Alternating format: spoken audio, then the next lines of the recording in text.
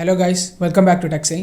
യൂട്യൂബിലെ തന്നെ ഏറ്റവും കുറഞ്ഞ സമയം കൊണ്ട് എല്ലാ ഡീറ്റെയിൽസും കവർ ചെയ്യുന്ന ക്വിക്ക് റിവ്യൂ എന്ന സീരീസിലോട്ട് എല്ലാവർക്കും സ്വാഗതം. സോ ഇനിയും ഇതുപോലുള്ള വീഡിയോസ് കിട്ടാൻ വേണ്ടിയിട്ട് ഇപ്പോൾ തന്നെ ചാനൽ സബ്സ്ക്രൈബ് ചെയ്യുക. ഇനി ടൈം വേസ്റ്റ് ചെയ്യാതെ നമുക്ക് ഇന്നത്തെ വിഷയത്തിലോട്ട് എടുക്കാം.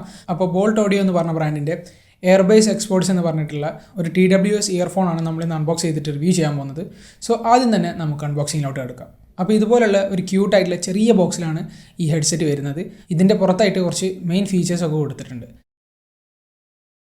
ഫ്രണ്ടിലായിട്ട് തന്നെ ബോൾട്ട് ഓഡിയോ ഒന്ന് മുകളിലും താഴെ എക്സ്പോർട്സ് ഒന്ന് ചെയ്തിട്ടുണ്ട്. പിന്നെ ബ്രാൻഡ് അംബാസഡറിൻ്റെ പിക്കുമാണ് കൊടുത്തിട്ടുള്ളത്. ഇനി പിറകിലായിട്ടാണ് മറ്റ് മെയിൻ ഫീച്ചേഴ്സൊക്കെ കൊടുത്തിട്ടുള്ളത്. ഒന്നാമതായിട്ട് Siri and Google assistant voice control എന്ന് കാണാം. അപ്പോൾ ചില ഹെഡ്സെറ്റുകൾക്ക് ഈ ഗൂഗിൾ അസിസ്റ്റൻറ്റ് മാത്രമേ സപ്പോർട്ടാവുള്ളൂ, പക്ഷേ ഇതിൽ സിരിയും ഗൂഗിൾ അസിസ്റ്റൻറ്റും സപ്പോർട്ടാവുമെന്നാണ് പറയുന്നത്. ഇനി അടുത്തതായിട്ട് പാസീവ് നോയിസ് ക്യാൻസലേഷൻ എന്നാണ്.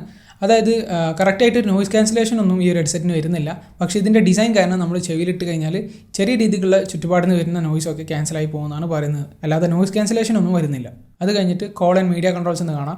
സോ ഈ ഒരു എയർപോഡ്സ് ഉണ്ടല്ലോ, അതിൻ്റെ സ്റ്റെമ്മിൻ്റെ മുകളിൽ തന്നെ നമുക്ക് കോളും മീഡിയ ഒക്കെ കൺട്രോൾ ചെയ്യാൻ വേണ്ടിയിട്ടുള്ള ടച്ച് കൺട്രോൾസ് വരുന്നുണ്ട് എന്നുള്ളതാണ്. അത് നമുക്ക് കൃത്യമായിട്ട് കുറച്ചും കൂടെ കഴിഞ്ഞിട്ട് നോക്കാം. പിന്നീട് ബ്ലൂടൂത്ത് വേർഷൻ 5.0 ആണ് എന്നുള്ളത് കാണാം.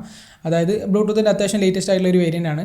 അപ്പോൾ വലിയൊരു കണക്ടിവിറ്റി ഇഷ്യൂസ് ഒന്നും ഉണ്ടാകാൻ ചാൻസ് ഇല്ല. നല്ല കണക്ഷൻ സ്ട്രെങ്ത് ഉണ്ടാവാതെ. പിന്നെ ബോത്ത് ഇയർബഡ്സ് ആർ മാസ്റ്റേഴ്സ് എന്നുള്ളതാണ്.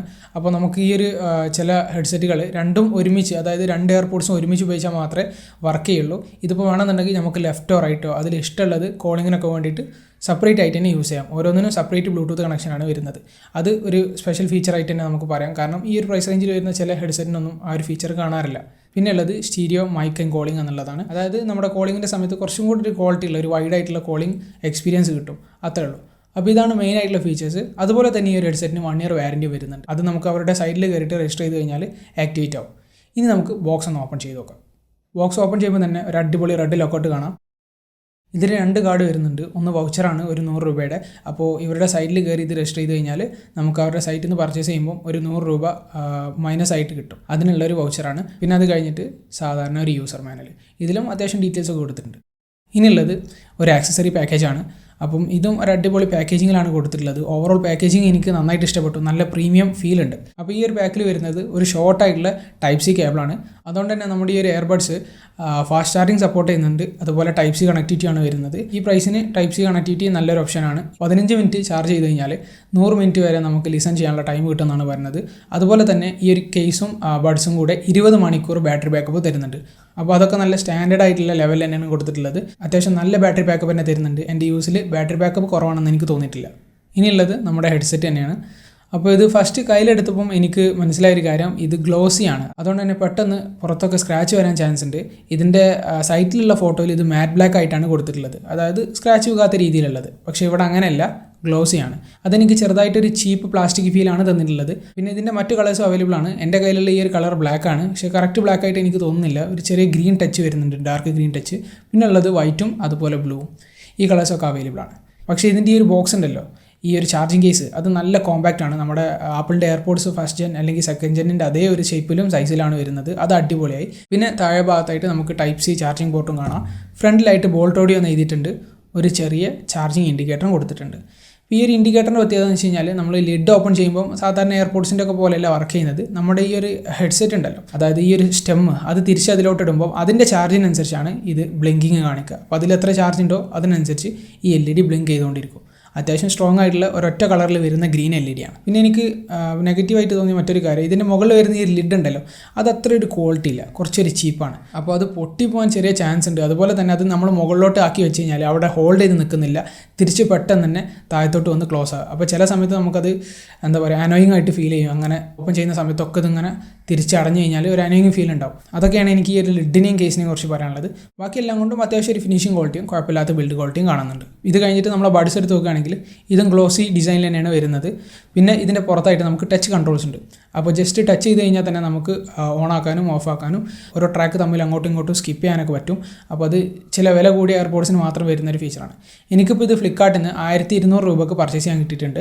അത്യാവശ്യം കുറഞ്ഞ പ്രൈസാണ്. ആ ഒരു പ്രൈസിന് ഒരു അടിപൊളി ചോയ്സ് തന്നെയാണ്. ഇതിൻ്റെ ഒറിജിനൽ പ്രൈസ് വരുന്നത് ഏകദേശം 4000 രൂപയോളം വരുന്നുണ്ട്. അത്ര വില എടുത്തൊന്നും വാങ്ങേണ്ട ആവശ്യമില്ല. സാധാരണയായിട്ട് നമുക്ക് ഓഫറിന് 1500 രൂപയുടെ താഴെ വരാറുണ്ട്. ആ ഒരു പ്രൈസിന് നല്ല ഓപ്ഷൻ തന്നെയാണ്. ഇനി ഈ ഒരു എയർപോഡ്സിൻ്റെ ക്വാളിറ്റി ഒക്കെ നോക്കുകയാണെങ്കിൽ അത്യാവശ്യം നല്ല ഫിനിഷിംഗ് ക്വാളിറ്റിയിലാണ് അവർ ഉണ്ടാക്കിയിട്ടുള്ളത്. വലിയ മോശമായിട്ടൊന്നും എനിക്ക് തോന്നിയിട്ടില്ല. നല്ല ക്വാളിറ്റിയും നല്ല ഫിനിഷിങ്ങും തരുന്നുണ്ട്. ഇനി ഫിറ്റിങ്ങിനെ കുറിച്ച് നോക്കുകയാണെങ്കിൽ ഈ ഒരു റബ്ബർ ബഡ്സ് ഇല്ലാത്തതിനെ കൊണ്ട് ചില ആൾക്കാർക്ക് ഇത് ഫിറ്റ് നന്നായിട്ട് വരാൻ ചാൻസ് ഇല്ല, ചെവിയിൽ നിന്ന് വീണ് പോകാൻ ചാൻസ് ഉണ്ട്. പക്ഷേ ഈ ഒരു റബ്ബറുള്ളത് ചില യൂസേഴ്സിന് തീരെ താല്പര്യം ഉണ്ടാവില്ല. കാരണം ചെവിയിൽ എന്തോന്ന് സ്റ്റക്കായ പോലെ ഫീൽ ചെയ്യും. അവർക്കുള്ളതാണ് ഈ ഒരു എയർപോഡ്സ്. കാരണം ഇത് ചെവിയിൽ എത്ര നേരം വെച്ച് കഴിഞ്ഞാലും ഒരു ഡിസ്കംഫർട്ടോ കംഫർട്ടില്ലായ്മ അങ്ങനെ ഒരു പ്രശ്നം വരുന്നില്ല. കാരണം ലൈറ്റ് വെയ്റ്റും ആണ്, നല്ലൊരു കറക്റ്റ് കുഴപ്പമില്ലാത്ത ഫിറ്റിങ്ങും തരുന്നുണ്ട്. സാധാരണ നമ്മുടെ ആപ്പിളിൻ്റെ എയർപോഡ്സിൻ്റെ അതേ ഫിറ്റിംഗ് ആണ് വരുന്നത്. അപ്പോൾ ഓവറോൾ ഫിറ്റിൻ്റെ കാര്യം അടിപൊളിയാണ്. ഇനി ഓഡിയോ ക്വാളിറ്റിയിലോട്ട് കയറുമ്പോൾ ഇതിൻ്റെ ബേസ് നല്ല എക്സലൻറ്റ് ബേസാണ്. അതായത് ലോ ഫ്രീക്വൻസി സൂപ്പറാണ്. പിന്നെ മിഡ് ഫ്രീക്വൻസി നമ്മുടെ വോക്കൽസ് ഉണ്ടല്ലോ, ഒരു സോങ്ങിലുള്ള ഓരോരുത്തരുടെ സംസാരം വോക്കൽസും ഒക്കെ നല്ല ക്വാളിറ്റി തന്നെയാണ്. അതായത് മിഡ് ഫ്രീക്വൻസിയും അടിപൊളിയാണ്. പിന്നെ ഉള്ളത് ഹൈ ഫ്രീക്വൻസി. ഹൈ ഫ്രീക്വൻസിയിൽ എനിക്കൊരു പ്രശ്നം പറയാനുള്ളത് നമ്മുടെ ഈ ഇൻസ്ട്രുമെൻറ്റ്സ് ഒക്കെ ഉണ്ടല്ലോ, അതാണ് ഹൈ ഫ്രീക്വൻസി. അതിന് എനിക്കൊരു പ്രശ്നം പറയാനുള്ളത് കുറച്ചൊരു ഷാർപ്പാണ്. അപ്പോൾ നമ്മൾ കുറച്ച് വോളിയം കൂട്ടിയിട്ട് കഴിഞ്ഞാൽ നല്ല ഷാർപ്പായിട്ട് ചെവിയിലോട്ട് കുത്തുന്നൊരു ഫീൽ വരും. അതുകൊണ്ട് തന്നെ ഡിസ്കംഫർട്ട് തോന്നിക്കും. അപ്പോൾ ഈ ഒരു പ്രശ്നം എന്ന് വെച്ച് കഴിഞ്ഞാൽ നിങ്ങൾ ഓൺലൈൻ ക്ലാസ്സൊക്കെ കേൾക്കാൻ വേണ്ടിയിട്ടാണ് എടുക്കുന്നതെങ്കിൽ ഇതുപോലെയുള്ള ഷാർപ്പ് ഫ്രീക്വൻസീസ് വരുമ്പോൾ നമുക്ക് ചെവി നന്നായിട്ട് വേദന എടുക്കും. അപ്പോൾ ഈ ഒരു ഹൈസിൻ്റെ പ്രോബ്ലം മാത്രമാണ് എനിക്ക് പറയാനുള്ളത്. ബാക്കി ഈ ഒരു ഓഡിയോ ക്വാളിറ്റി ഒരു രക്ഷയില്ല, അത്യാവശ്യം നല്ല ക്വാളിറ്റി ഉണ്ട്. ഈ ഒരു ഡിസൈനിന് കിട്ടാവുന്ന നല്ല ബേസും തരുന്നുണ്ട്. കാരണം ഇതിന് റബ്ബർ ഇല്ലല്ലോ, റബ്ബർ ഇല്ലാതെ തന്നെ നല്ല ബേസാണ് തരുന്നത്. സോ ഓവറോൾ ഓഡിയോ ക്വാളിറ്റി ഞാൻ വളരെ സാറ്റിസ്ഫൈഡ് ആണ്.